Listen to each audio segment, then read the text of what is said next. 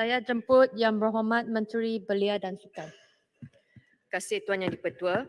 Saya mengucapkan terima kasih kepada 7 orang ahli yang berhormat yang telah mengemukakan pertanyaan, pandangan serta cadangan. Secara keseluruhannya, sebanyak 7 cadangan telah dibangkitkan oleh ahli-ahli yang berhormat. 3 mengenai belia, 2 berkaitan dengan TVET, 1 berkaitan dengan sukan dan 1 lagi berkaitan dengan kemudahan sukan. Isu belia, pembangunan belia memainkan peranan penting malah menjadi cerminan kepada pembangunan negara pada peringkat nasional maupun antarabangsa. Inisiatif memperkasakan belia bukan sahaja tanggungjawab KBS tetapi memerlukan kerjasama erat daripada semua kementerian dan agensi lain, badan bukan kerajaan serta rakyat secara keseluruhan. Tuan Yang di-Pertua, saya terus menjawab isu yang dibangkitkan oleh Yang Berhormat Alostar. Alostar ada? Ada ya. Meraihkan pandangan anak muda. Untuk makluman ahli yang berhormat, KBS sentiasa memberi ruang kepada belia yang merupakan tonggak pelapis negara untuk menyuarakan pandangan kepada kerajaan. Sebagai contoh, KBS mempunyai platform Majlis Perundingan Belia Negara yang diwujudkan sejak tahun 1971 bagi mendengar permasalahan golongan belia peringkat akar umbi untuk dibincangkan dalam persidangan MPBN peringkat kebangsaan. Sehingga tahun lepas, MPBN telah melaksanakan 66 persidangan dengan purata 2 kali setiap tahun. Terkini, saya telah mempengerusikan MPBN sidang 2 penggal ke-33 pada 26 Januari lepas dan menghabiskan 1 hari saya dan Timbalan Menteri saya duduk di sana dan mendengar pandangan semua anak muda ini. KBS turut meraihkan suara anak muda di negara ini melalui platform Parlimen Belia Malaysia yang diperkenalkan semenjak tahun 2015. Sehingga tahun lepas, sebanyak 14 persidangan PPM telah dilaksanakan dan 61 usul dibahas melibatkan seramai 424 orang ahli Parlimen Belia.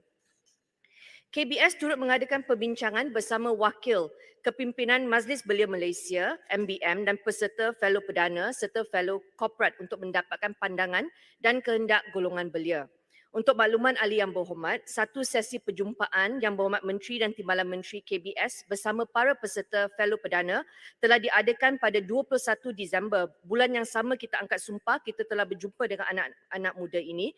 Dan sesi town hall Menteri dan Timbalan Menteri bersama Dewan Tertinggi Majlis Belia Malaysia telah juga dianjurkan pada 17 Januari 2023.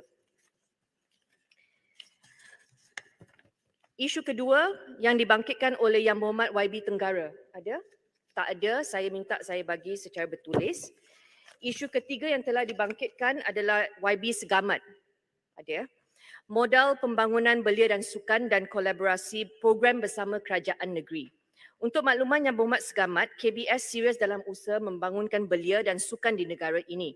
Kementerian ini juga sentiasa bekerjasama erat dengan kerajaan-kerajaan negeri bagi memastikan program belia dan sukan yang dilaksanakan memberi manfaat sehingga ke peringkat akar umbi.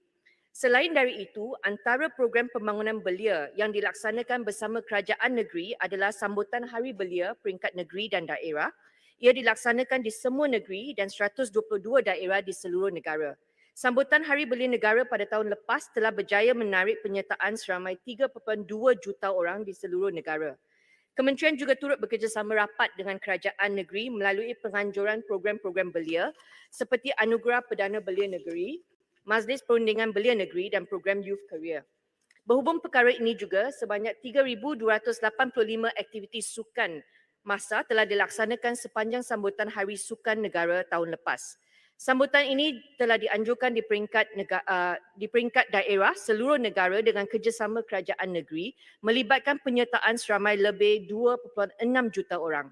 Antara aktiviti yang telah dilaksanakan sepanjang sambutan tersebut ialah fun run, fun ride, senam robik dan aktiviti kecergasan. KBS telah menganjurkan program Big Screen dengan kerjasama kerajaan negeri sempena pertandingan separuh akhir AFF Mitsubishi Electric Cup tahun lepas yang telah melibatkan penyertaan seramai 150,510 orang penonton. Majlis Sukan Negara MSN turut bekerjasama rapat dengan kerajaan negeri melalui pelaksanaan beberapa program pembangunan seperti berikut: program pelapis negeri, program bakat, program pembangunan bola sepak negara, program pembangunan hoki negara, program pembangunan rugby negara dan program pembangunan bola jaring negara. Kementerian juga menyediakan platform pertandingan yang kompetitif melalui penganjuran Temasya Sukma, para Sukma secara 2 tahunan dengan kerjasama erat bersama kerajaan negeri yang merupakan platform pertandingan untuk atlet-atlet dipilih ke peringkat yang lebih tinggi bagi mewakili negara ke peringkat antarabangsa.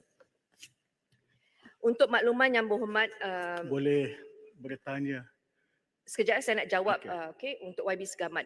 Untuk makluman YB Segamat juga dalam 2 bulan ini saya telah pergi berjumpa dengan 4 kerajaan negeri walaupun pembangkang saya pergi ke Kelantan dulu, Johor, Sabah dan Sarawak untuk berbincang dengan Exco dan saya juga telah mengadakan mesyuarat berjumpa dengan semua Exco untuk membincangkan isu-isu melibatkan Exco negeri. Okey, silakan Yang Berhormat. Terima kasih walaupun saya tak berbahas bawah tajuk ini. Tetapi Yang Berhormat menyebut tentang Sukma dan kita faham Sukma ni ada sukan wajib dan ada sukan pilihan. Dan selalunya KBS ada isu bila kerajaan negeri memilih. Betul. Ya. Saya nak tanya bila agaknya bola keranjang boleh jadi sukan wajib dalam Sukma? Okey. Yang Berhormat, walaupun isu ini tidak dibangkitkan lebih awal lagi tetapi saya boleh menjawab. Kita telah berbincang dengan Exco semua kerajaan negeri untuk melihat model baru penganjuran Sukma kerana ada banyak negeri yang membuat aduan bahawa setiap kali kerajaan negeri yang menganjurkan Sukma, aktiviti itu akan bertukar. Penganjur negeri akan memilih sukan yang akan mendatangkan pingat untuk mereka.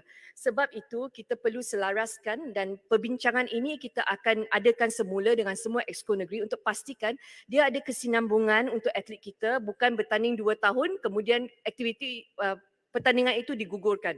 Okey. Isu ketiga YB Kuala Kangsar ada. Laluan sikit Menteri. Silakan.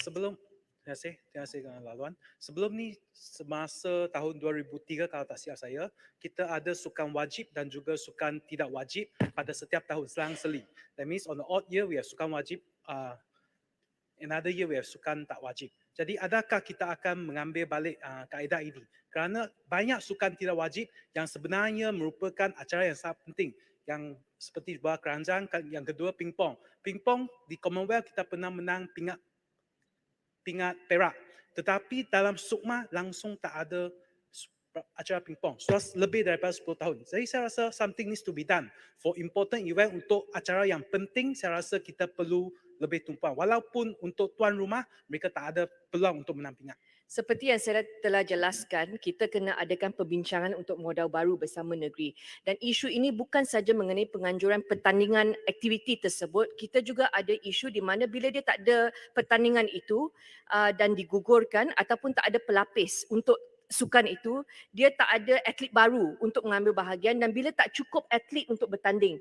Saya bagi contoh, kalau 2 atlet saja yang akan bertanding, dia tak ada makna.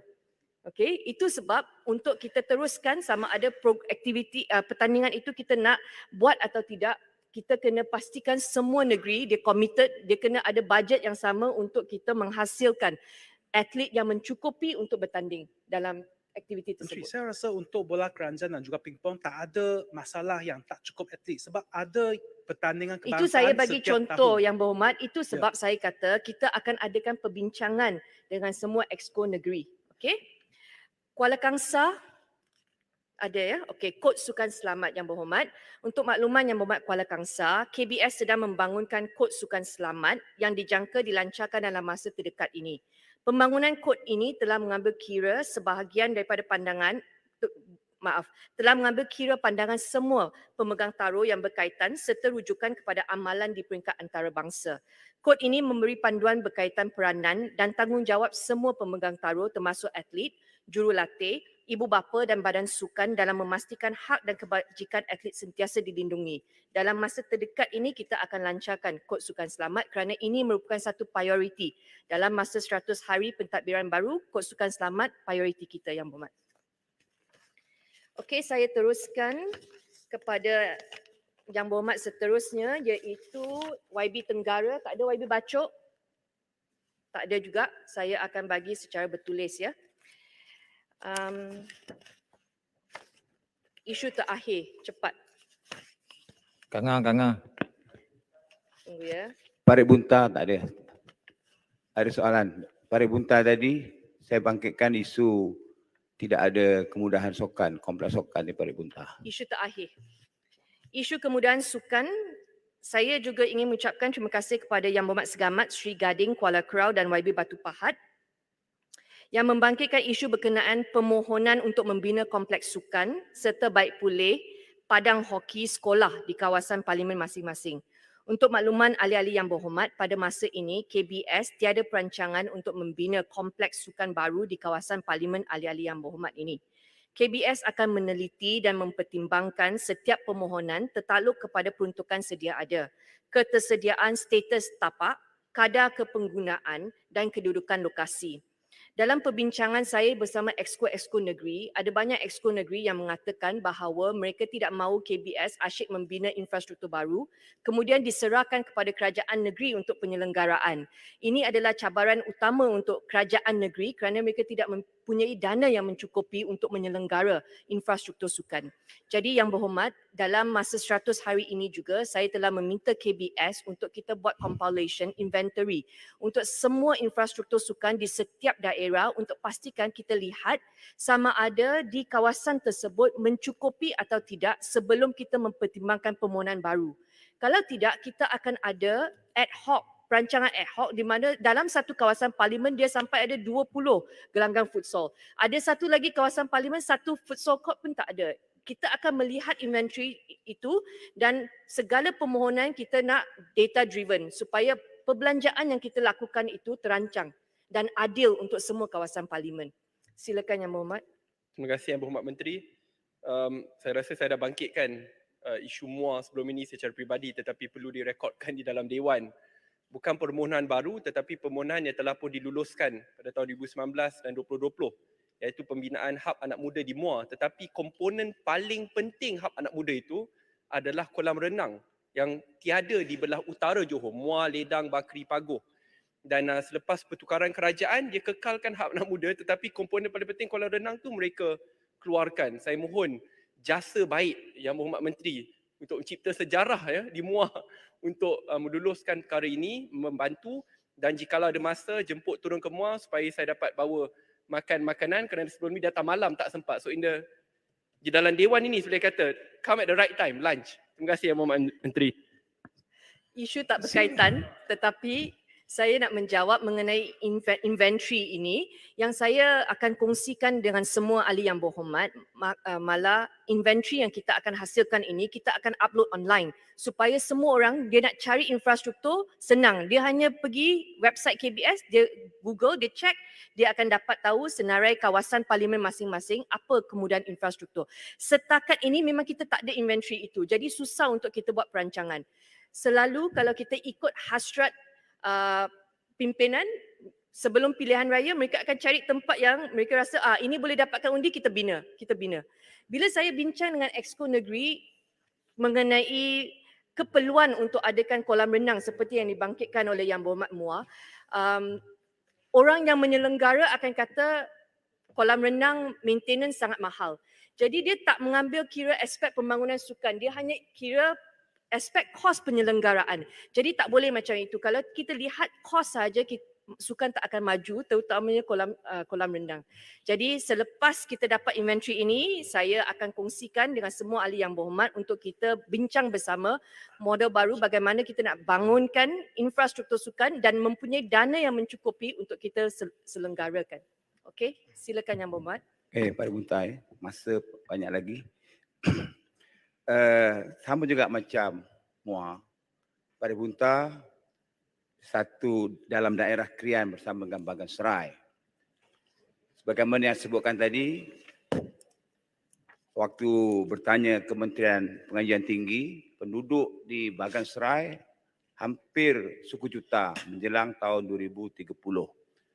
Tapi kemudahan sokan untuk anak-anak muda memang tak ada. Bukan Paribunta, di daerah Krian sendiri ada dua parlimen, Parlimen Paribunta dan Parlimen Bagan Serai. Anak-anak muda nak bermain terpaksa pergi ke Pulau Pinang, Nimbung Tebal ataupun tempat lain. Jadi kita mohonlah, ini anak muda pun antara pengundi yang ramai, dia nak bersokan, nak beriadah dan sebagainya. Kalau tak ada kemudahan untuk mereka bersukan, mereka terpaksa pergi tempat lain ataupun bimbang terlibat dengan beberapa aktiviti yang lain kerana tidak adanya kemudahan yang seumpama itu. Jadi saya mohonlah dipertimbangkan untuk disediakan sebuah kompleks sukan atau boleh kurang mini kompleks pun tak apa. Saya akan meneliti permintaan Yang Berhormat Parit Bunta. Okay, terima kasih. Dan saya minta bukan saja Hansard, Yang Berhormat juga tulis kepada saya supaya saya ada rekod tersebut. Dan selepas saya lihat inventory itu, saya akan bincang dengan Yang Berhormat Parit Bunta. Boleh ya? Okay, Menteri, Yes. setiu. Silakan. Begitu juga di setiu isu kompleks sukan di kompleks sukan Sungai Tarum setiu. Baru-baru ni dah dimasukkan dalam RMK12 Roli Pelang kedua kalau tak silap lah. Tetapi tidak diluluskan dan saya berharap supaya kompleks sukan dapat disegerakan kerana isu padang yang tak sempurna yang menjadi satu perkara bahaya kepada para pemain bola lah, dan juga begitu juga infrastruktur sukan yang lain dalam kompleks tersebut. Okey. Yang kedua yang saya nak sebut berkait dengan gelangan futsal terbuka yang telah dibina oleh KBS sekian lama, dan ada di antaranya yang telah rosak dan perlu dibaik pulih. Kalau sebelum ini keputusan diserahkan balik kepada kerajaan negeri kerana tanah untuk dibina kompleks tersebut adalah milik negeri dan kos penyelenggaraan juga ditanggung oleh kerajaan negeri. Jadi saya mencadangkan supaya kos penyelenggaraan ini ditanggung oleh KBS sebab kompleks gelangan futsal terbuka ini adalah dibina oleh KBS. Begitu juga dengan gelangan futsal terbuka. Kalau di kawasan Setiu ada beberapa gelangan futsal tertutup, bukan terbuka, tertutup yang telah mengalami kerosakan. Jadi rasa perlu dibaik pulih kerana para belia sekarang lebih meminati bermain bola futsal berbanding dengan bola padang. Sekian, terima kasih. Untuk rekod Yang Berhormat Tuan Yang di-Pertua, semua permintaan ini tak dimasukkan dalam perbahasan lebih awal, tetapi kerana saya ada masa saya mendengar. Kalau Tuan Yang di-Pertua tak ada halangan, saya boleh benarkan mereka bersuara Pasti ataupun salah. bertanya. Sebentar. Saya serahkan pada budi bicara Saya boleh Timbalan Menteri. Ulang.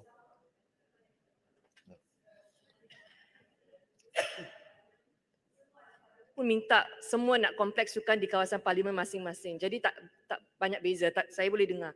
Ya, Okey. ini floor Yang Berhormat Menteri. Okey? Ya. Silakan. Okey, pasti Yang salah tu. Berhormat Menteri boleh memilih. Okey, Saya memberi ruang itu. terima kasih. Saya Pasti salah bagi Tenum dulu. Tenum. Terima kasih Yang Berhormat Menteri.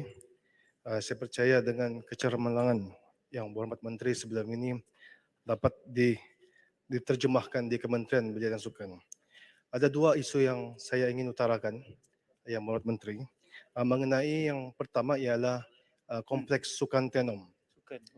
Pada tahun 2020 perkara ini saya sudah bawa kepada mantan Menteri Belia dan Sukan, Wabi Muar, dan pada tahun yang sama saya membawa juga Timbalan Menteri Belia dan Sukan, iaitu daripada Yang Berhormat Macang awat ke kompleks Sukan Tenom. Jadi Yang Berhormat Menteri, saya difahamkan peruntukan yang diluluskan pada peringkat awal ialah berjumlah 9 juta ringgit dan dinaikkan ke 11 juta ringgit. Namun baru-baru ini apabila kontrak itu award kepada satu syarikat yang saya difahamkan bahawa kontrak itu berjumlah 6.8 juta lebih sahaja.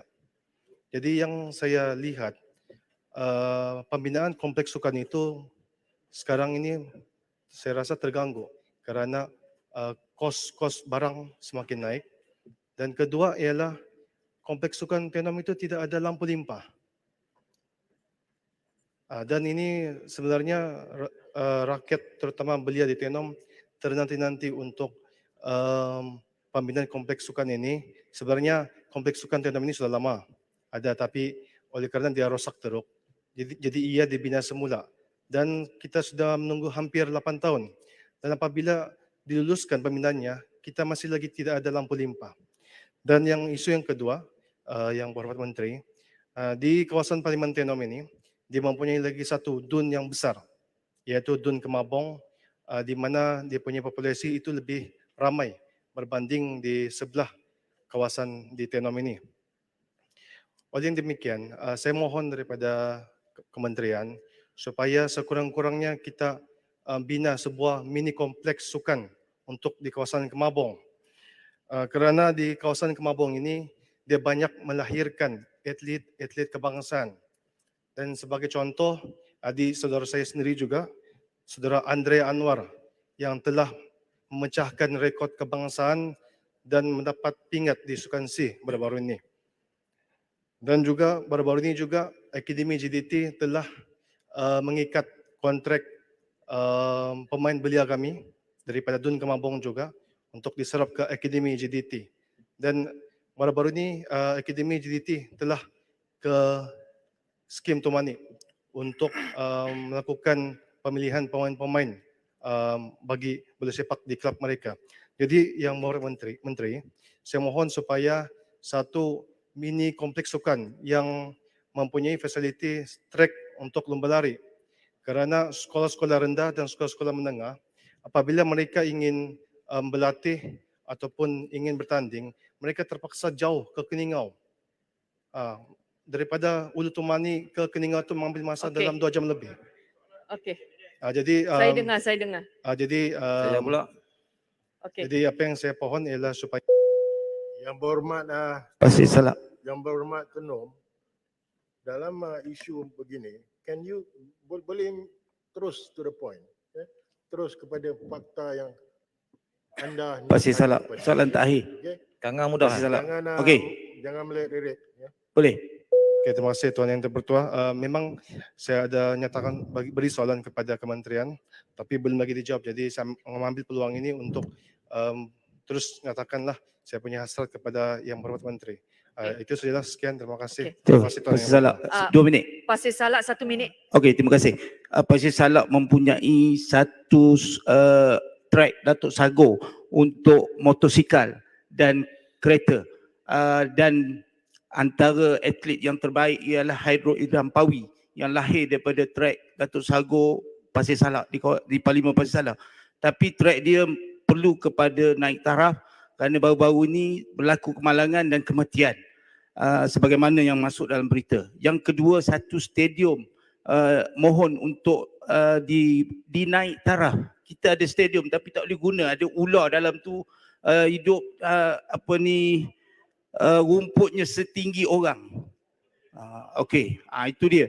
Penyelenggaraannya tak ada, so kita nakkan naik taraf supaya orang pelajar-pelajar boleh bersukan di situ. Selama saya 23 tahun duduk balik daripada mengajar di Sarawak dan kemudian mengajar tahun 2000, kami menumpang untuk bersukan di Selangor, Sabak Bernam ataupun terbaru di Teluk Intan ada track, dan di Manjung kami menumpang. Tak ada satu stadium yang baik untuk dibuat sukan. Okey. Dan satu lagi ialah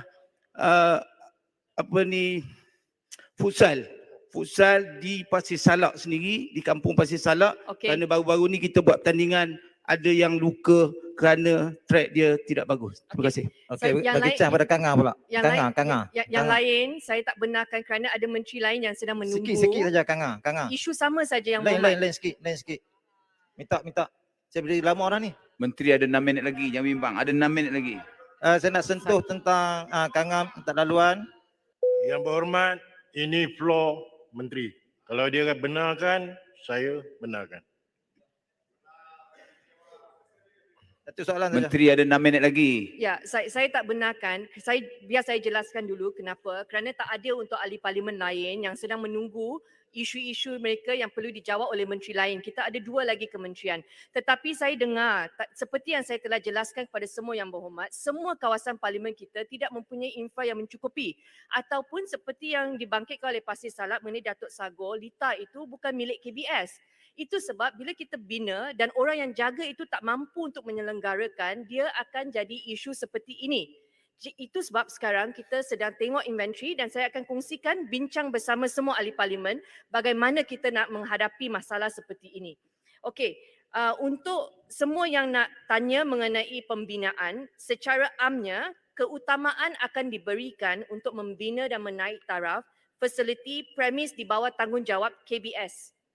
Ini adalah kerana pembinaan baru fasiliti premis sukan memerlukan penyelenggaraan yang tinggi serta pertambahan penjawatan bagi menguruskannya.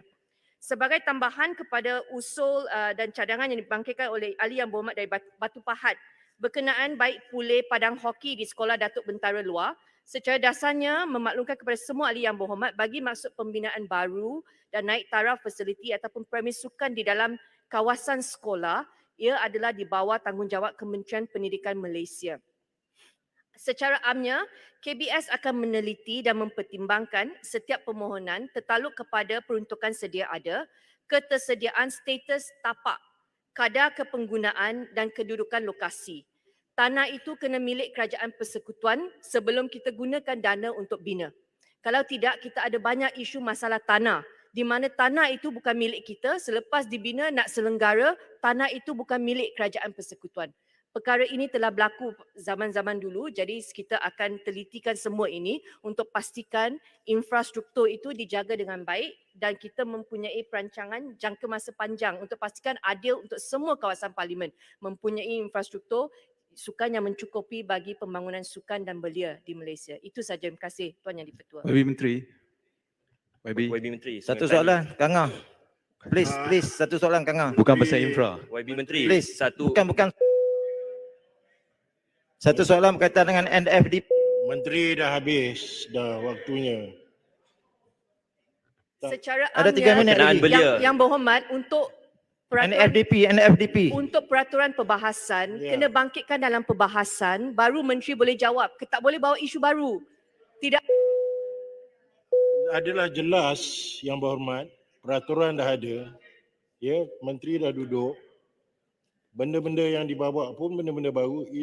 Saya bagi budi bicara kepada menteri untuk jawab. Kalau dia tak nak jawab pun boleh. Tapi saya membenarkan. Jadi